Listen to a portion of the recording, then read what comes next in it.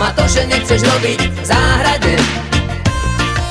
Nesneží a ty si na lyžiarskom zájazde.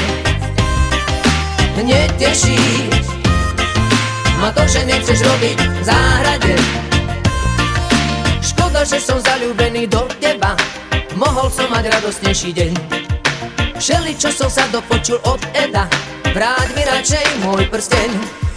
Nesneží a kde teší furt, a ty si na lyžiarskom zájazde. tak čo tam po zájazdu? Neteší Koho by to tešilo? ma to, že nechceš robiť v záhrade. Kto chce robiť desku? Nesneží Ale furt, a ty si na lyžiarskom zájazde. furt sa húka niekde. Neteší Tak koho by to tešilo? ma to, že nechceš robiť v záhrade.